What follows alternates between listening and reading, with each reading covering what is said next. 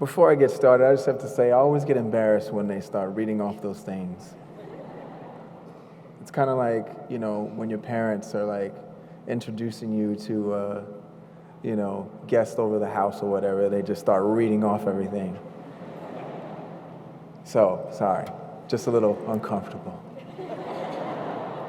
Thank you, Michelle. Yeah, that's totally not your fault, by the way. I'm just making sure. I'm just saying that's just the way I feel.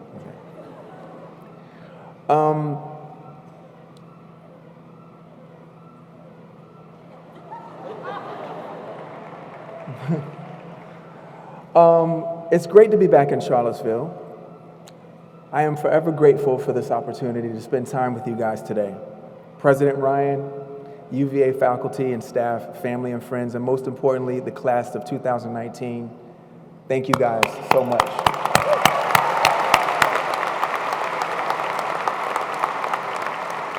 Also, a very special national, and I would even say global shout out to Coach Bennett and your amazing team.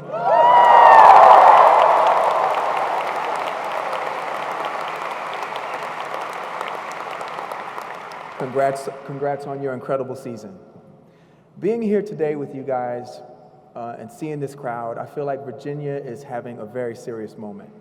Now, I know you know this podium is often the domain of acclaimed actors, academics, athletes, business leaders, world leaders, and even the occasional musician. But make no mistake, I'm standing here today as a Virginian. So forget all those other things they read about me, those things that they told you that I do or have done. I'm standing here today as a Virginian.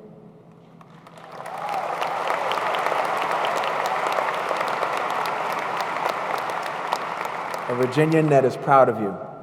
And whether you're from Virginia or not, the fact that you're here and you're sitting here today means that the Commonwealth has connected us all. It's an incredible aspect of humanity to feel connection. I believe we've been connected here for a very important reason. Today is about celebrating you for all of your hard work. You've brought your friends and your family and a lot of positive energy. I love it. I personally believe that positivity is something that we should bottle up. Because the world, as we know it and we see it, it needs it. The world needs you. In fact, I think the world could use a little more Virginia, right?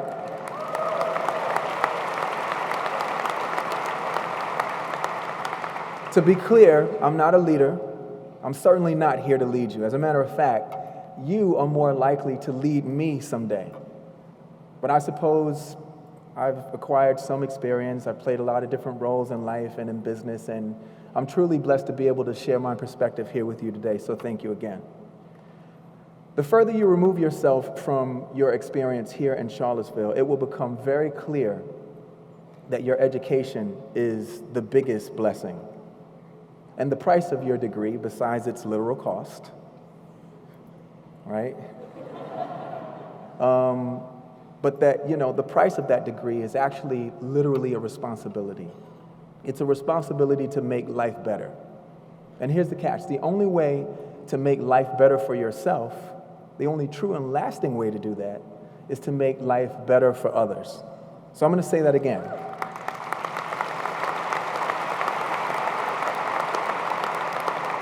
I'm going to say it again. The only way to make life better for yourself is to make life better for others. That applies to home, to work, to society. I can say with 100% confidence that I would not be speaking to you here today if I had not put that concept to practice in my career.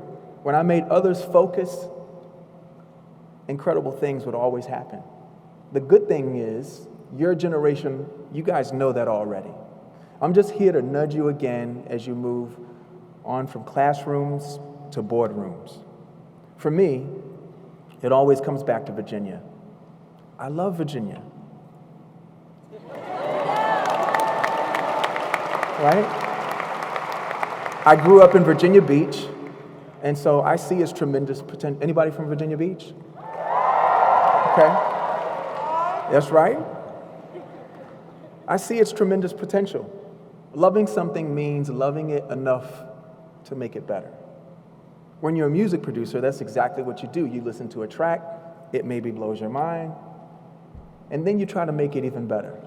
When you're a business owner, that's exactly what you do. You love a company. You think you can change it. You think you can change the world. So then you go and you try and make it better. That's true when you love something. And it's especially true when you see something that might limit the potential of the thing that you love. My love for the Commonwealth inspired me to organize the Something in the Water Festival here last month. We organized that festival because we believe that there's really something in the water here. Virginia has and continues to produce icons, and I know there's a bunch of future icons sitting out there today, waiting to reveal yourselves. All in this room, there's icons waiting. You guys are gonna pop up and show the world. Well, see, to me, it was beautiful. It was the beautiful spirit of Virginians that made the festival successful. Not my idea, but the kinetic energy that you guys put into it. The people showed up. The local government showed up. And the best of Virginia was put on display for the world, not just the nation, for the world. But I'm not naive. The deep love I have for Virginia and its people doesn't blind me to the fact that the water is also troubled. If anything, my love heightens my awareness for that. It's not bad. It heightens my awareness for that. Virginia, like the rest of the country, has a complicated history, a history that continues to shape the present. The first enslaved Africans sold into bondage in North America stepped foot on our soil exactly 400 years ago to this year. That history is very much with us. Those columns in front of the pavilions, the rotunda, built by slave labor. The food was served by one of Jefferson's slaves, rented out to the University of Virginia. Slaves labored on this campus until 1865. The first black student wouldn't arrive until nearly a century later, and he left because he was subjected to, of course, so much abuse. You don't need me to tell you this history. Some incredible progress has been made, yes, but it's clear that there's a lot of work still to be done. And what I heard today on this podium, there's a lot of work being done.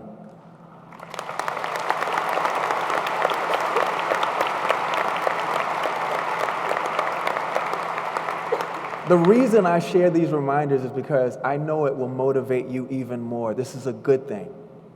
It will ignite your spirit to be the change, to drive distinction between your generation and those of the past. Most of us are just trying to do the right thing and live good lives. We want everyone to live good lives. But for all of our sophistication, for all of our technological advances, we have to continuously remind ourselves that life is not Game of Thrones. I mean, I love Game of Thrones. Don't you love Game of Thrones? You're supposed to be studying. Game of Thrones has taught us a lot, but we seem all too comfortable applying the same cycle of empathy, then apathy, then sympathy, and at times frustration. That frustration that we felt watching a show over the years to issues that are very, very, very real. They show themselves. But you guys, it is just a show. It is not real. So when you're getting mad and you're upset, it's just a show. It's not real. But you know what is real? The plight of illegal immigrants.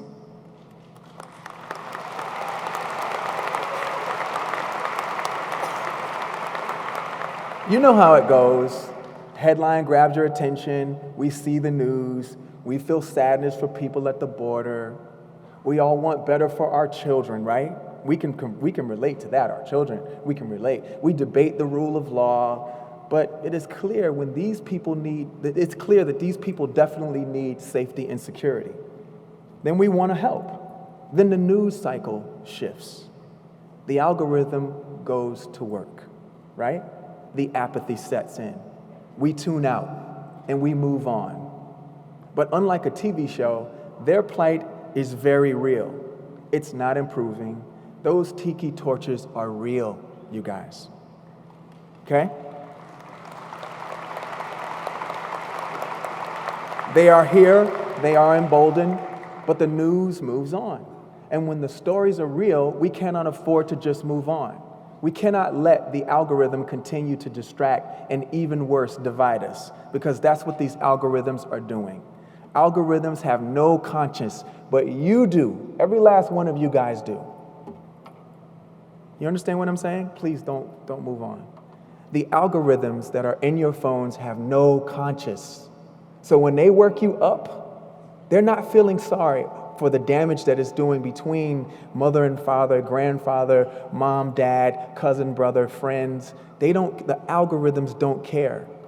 But you guys are humans. You guys are better than that. I want you to outsmart these algorithms because they're manipulating your news feed and effectively your life. Every last person in here is smarter than that.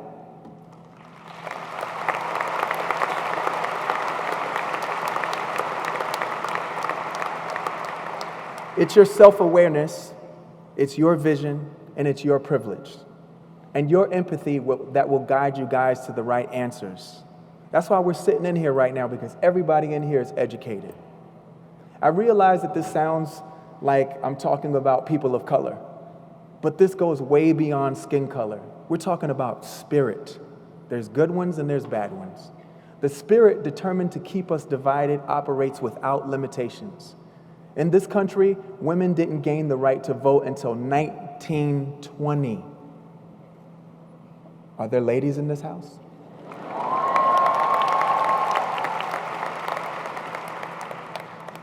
Women didn't get to control, let me get this right. Women didn't get control of their reproductive rights until 1973, the year that I was born.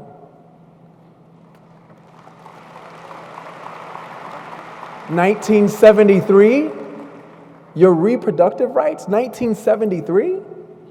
And those rights are under attack every day across America.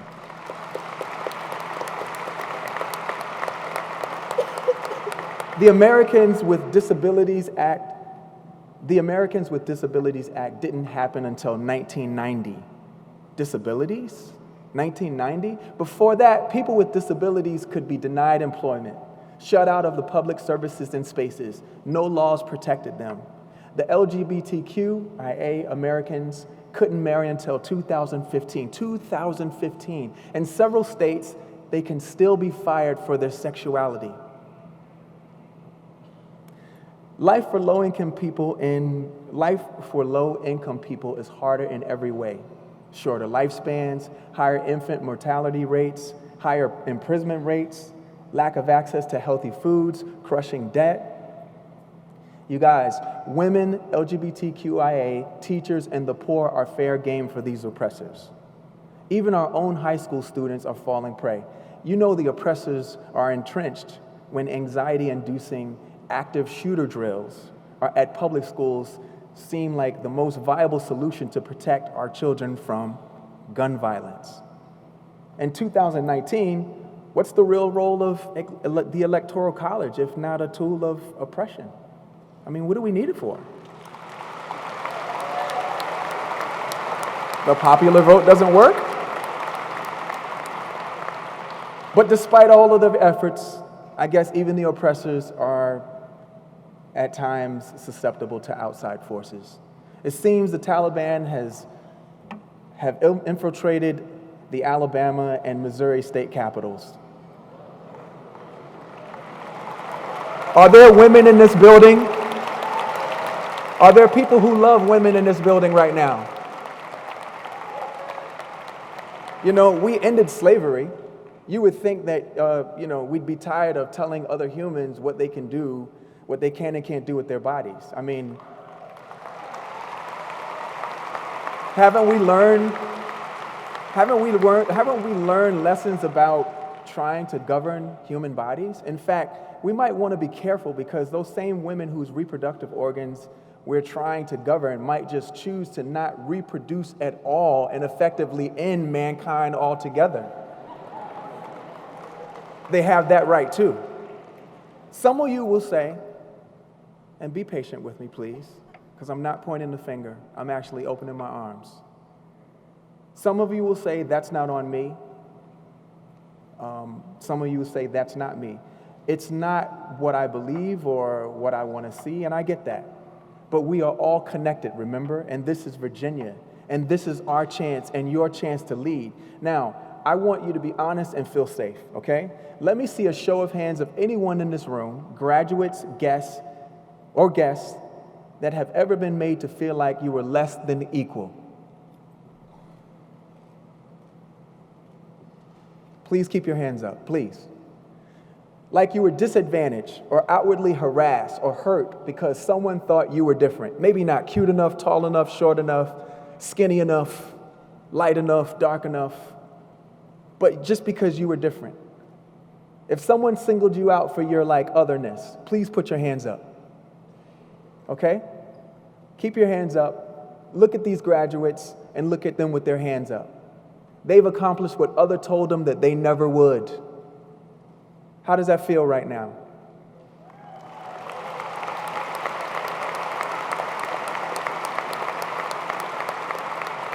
Let's get those hands back up. Despite some strong forces conspiring to hold them back, here they are. You win. Look at you. You win. Now, come on, we got muscles in here. Now, I want to see a show of hands of graduates or guests that you know of someone who's fit that description, someone who had been discriminated against, hurt, or harassed because they were different. Meaning if you know someone, maybe not you, but you know someone, right? Even more hands up. They could be your friends, classmates, or people back home. All right, now keep your hands up. You're the compassionate ones. You're the empaths. You guys are the allies. Now, keep your hands up. I'm sorry. I know we got exercise. You can switch arms. If you didn't raise your hand, it's okay. Everyone is on their own journey. But given that we are all bonded by this school, these students, and this great state, I think we can all raise our hands in solidarity with these graduates. Do you guys feel that? I got both hands up now. Do you feel the power of Virginia in this room?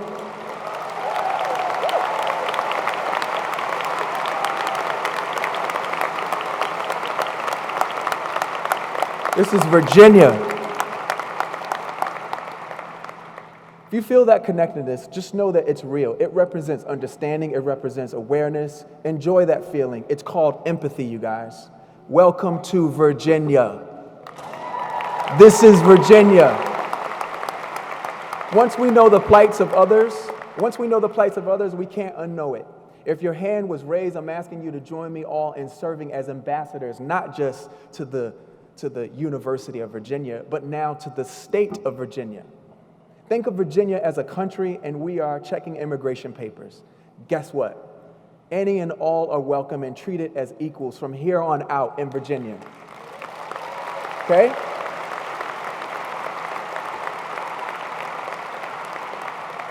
You thought you were just graduating today, but today is actually a job fair, and I'm recruiting you guys. I say it again. Welcome to Virginia. You can put your hands down if you... So what do we do next? In my mind, the place to start is reparations.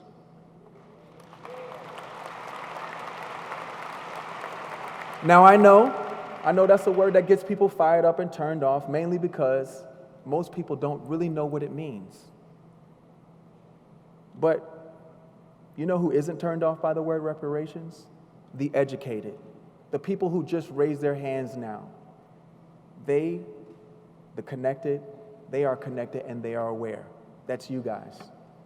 They call your generation the generation digital natives, because you've only known the digital world. You grew up with it. You guys grew up online. But I also consider you to be knowledge natives. Your generation hasn't had to unlearn false narratives about your history. You know the real plight of the Native Americans. You know the plight of the Native Americans.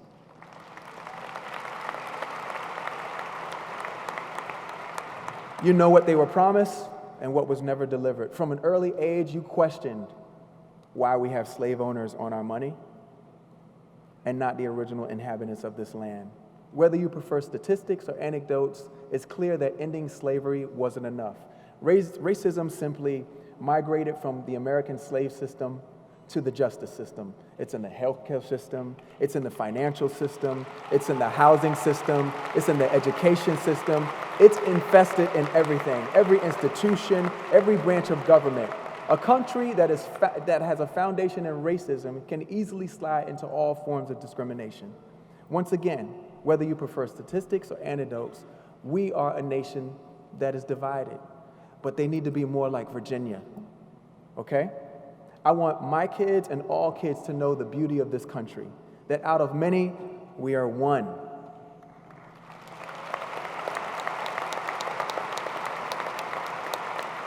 And as you know, that's not going to happen on its own just because we wish it to. For me, it's fundamentally about education. That is my version of reparation.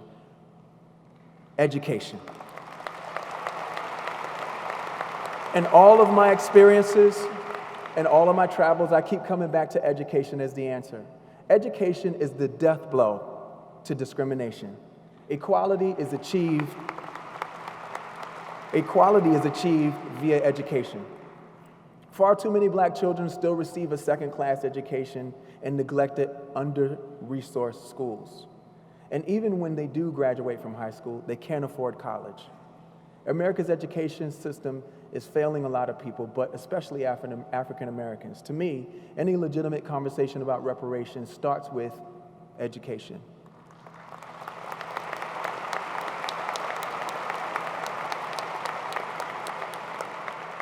But that's me. That's me. Education is my starting point. What is yours?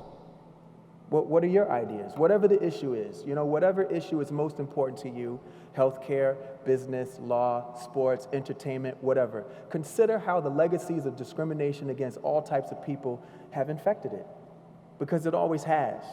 Think about ways you might start healing it, and do it knowing that when you repair things for others, you repair things for yourselves, for everyone.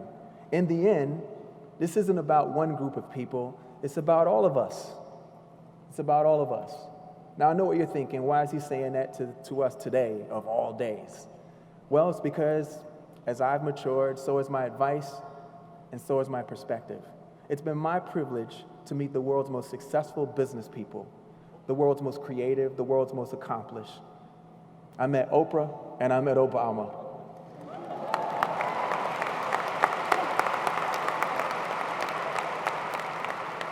But you know who I actually believe has the best shot of fixing things? You.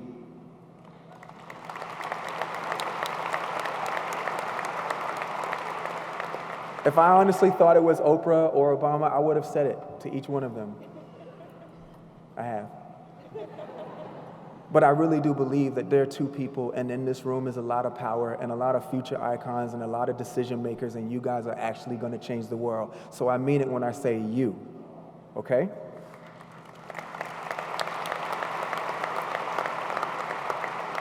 I believe in you more than anyone. I trust in your generation's ability to right the wrongs past generations couldn't. And I have this deep faith because I have this deep faith because I'm already seeing it happening. When you put your privilege to work, privilege is a superpower if used to restore equality. Of course, we all have different privileges, different levels of power. Who we are and where we come from, it dictates these things.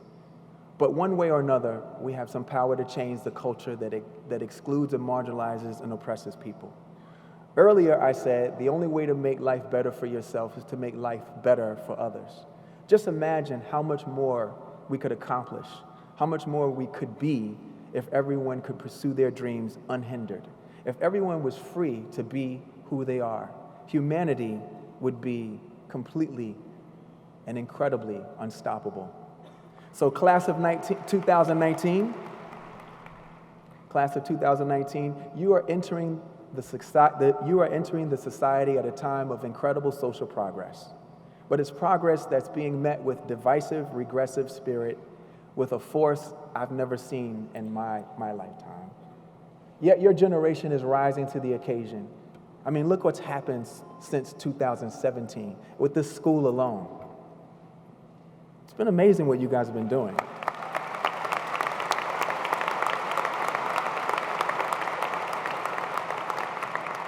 Hate groups have emerged, but a college student body just voted to deliver long overdue justice to descendants of 272 slaves. That's amazing to me.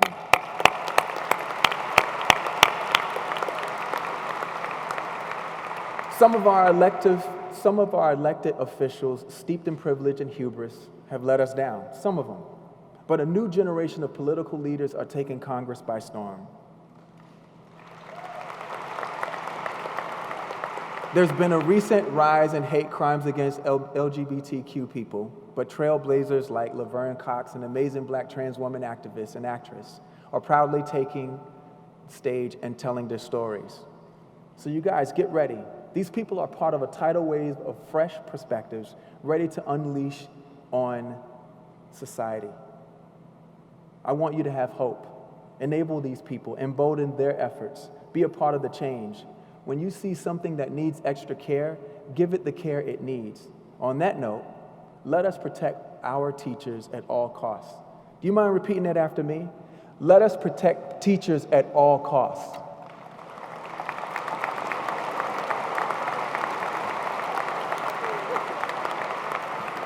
Now, in my profession, we like applause, but I really want to hear you say, protect the teachers at all costs.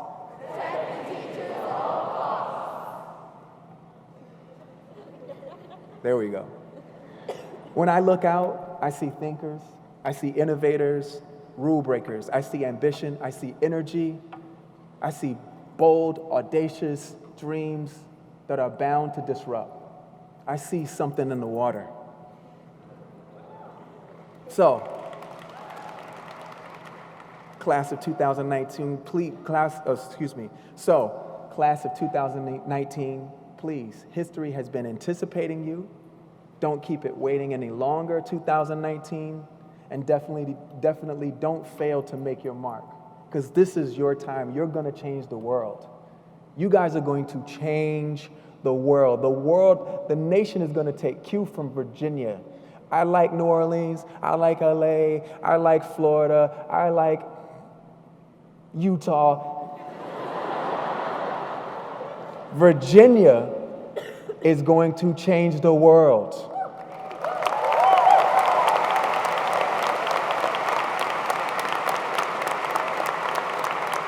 So, UVA, thank you for this again. Thank you again for this opportunity. You've humbled me once again, and just will you remind the world, while everybody's listening and watching, who won the NCAA championship this year?